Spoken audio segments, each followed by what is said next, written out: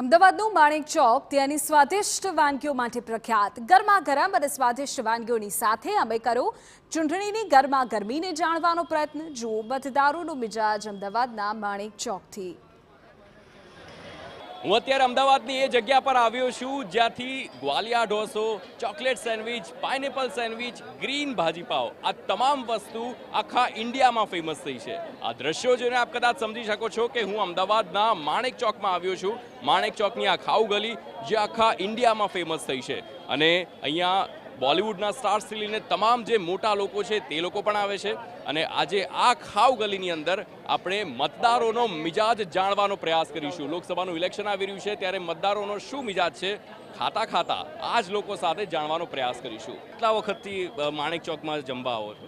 છેલ્લા 10 થી 12 વર્ષથી. અને એકચ્યુઅલી એવું હોય છે કે દર વર્ષે મારી વાઈફની બર્થડે હોય છે એ દિવસે અમે અહીંયા અચૂક આવીએ છીએ અને આજે મારી વાઈફની બર્થડે બી છે એટલે અમે અહીંયા સ્પેશિયલી આવ્યા છીએ. શું વાત છે. અચ્છા મને એમ કહો, તમારી પાવભાજી જેટલી ટેસ્ટી હતી લોકસભાની ચૂંટણી પણ આ વખતે એટલી જ ઇન્ટરેસ્ટિંગ છે? યસ, એટલી જ ઇન્ટરેસ્ટિંગ છે અને આવશે તો મોદી સાહેબ જ આવશે. મેડમ સૌથી પહેલાં તમને હું કહીશ આપના જન્મદિવસની ખૂબ ખૂબ શુભકામના. મને એમ કહો, લોકસભાનું ઇલેક્શન આવે છે, મતદાન કરવાના છો? હા, કરવાના છે મતદાન. એક મહિલા તરીકે તમારા માટે અગત્યનું શું અત્યારે? બધી સુવિધા સરસ રીતે મળે, ઘરને લગતી બધી. મોંઘવારી નડે?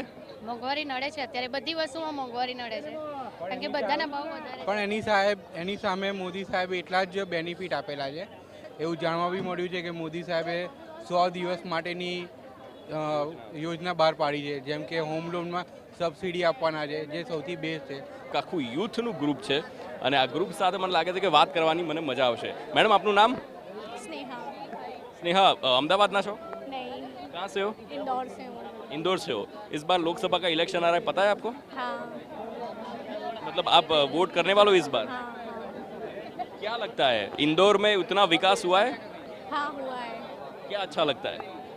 सब अच्छा है, खाना है, घूमना. आप बताइए, राजनीति में अभी सबसे ज्यादा स्ट्रांग कौन है? नरेंद्र मोदी. उनके अलावा और कोई नहीं? कोई नहीं. क्यों, ऐसा तो क्या है उनमें? देख रहे हो 400, अब की बार 400 पार. 400 पार हो जाएगा? अब पक्का हो जाएगा. શું લાગે છે આ વખતે? મોદી. હજી મેં તો સવાલ જ નથી પૂછ્યો. હા, એટલે પહેલા જ કહી દઉં. કેમ મોદી કેમ પણ? સામે ઓપોઝિશન પાર્ટી સારી નથી તો પછી શું કરી શકીએ? એટલે ઓપોઝિશનમાં તો આ વખતે બધા ભેગા થઈ ગયા છે. ભેગા થવાથી કોઈ મતલબ નથી ને. સામે ઓપોઝિશન સારું તો હોવું જોઈએ ને. સારું નથી ઓપોઝિશન? કોમ્પિટિટિવ નથી. સારું તો છે એમ પણ હવે મોદી સામે ના ચાલે. અચ્છા, તમને સરકારી નોકરી નથી જોઈતી? ના, માર નથી જોતી. આપનું નામ? આશીષ. આશીષ અમદાવાદના છો? ના ના, રાજસ્થાનથી. અચ્છા, રાજસ્થાનની વાત કરીએ તો કેમ દર 5 વર્ષે ત્યાંની સરકાર બદલાઈ જાય છે? આ તો બધું હવે ડિપેન્ડ કરે પાર્ટી ઉપર.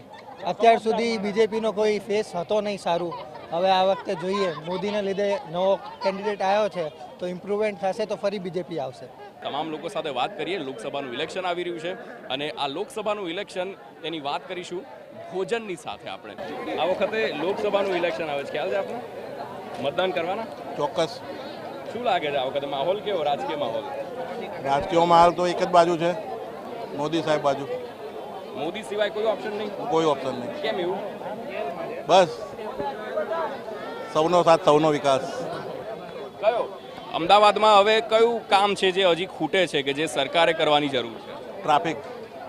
ટ્રાફિક કેમ? બહુ હમણાં વધતું જાય છે ટ્રાફિક, જબરજસ્ત. કયા વિસ્તારમાં સૌથી વધારે? બધા વિસ્તારમાં સાંજે 6 થી 8 તો બહુ ટ્રાફિક હોય છે. ત્યારે રોજગારીનો મુદ્દો સૌથી અગત્યનો છે. એટલે કેમ, રોજગારી ઓછી છે? હા, તો માર્કેટની અંદર ઓલરેડી બહુ મંદી ચાલી રહી છે, બહુ મંદી ચાલી રહી છે અને રોજગારી બી પ્રોબ્લેમ બહુ છે. એક મહિલા અને એમાં એક ગૃહિણી, તમારા માટે સૌથી અગત્યનું શું? મોદી સર. મોદી સર. એટલે મોંઘવારી નડે છે ઘર ચલાવવામાં? હા, મોંઘવારી તો નડે જ નહીં. બજેટ ખોરવાય છે ક્યારે? ઓછાય અત્યારે તો સાસુ કરે છે, અમે નહીં કરતા એટલે અમને નથી ખ્યાલ આવતો. જવાબદારી નથી. અચ્છા, તો આ હતા માણેક ચોકમાં મજા માણતા મતદારોનો મિજાજ. આજના દિવસે બસ આટલું જ. મને રજા આપશો. હાર્દિક મોદી સાથે દીપક સેન, TV9 અમદાવાદ.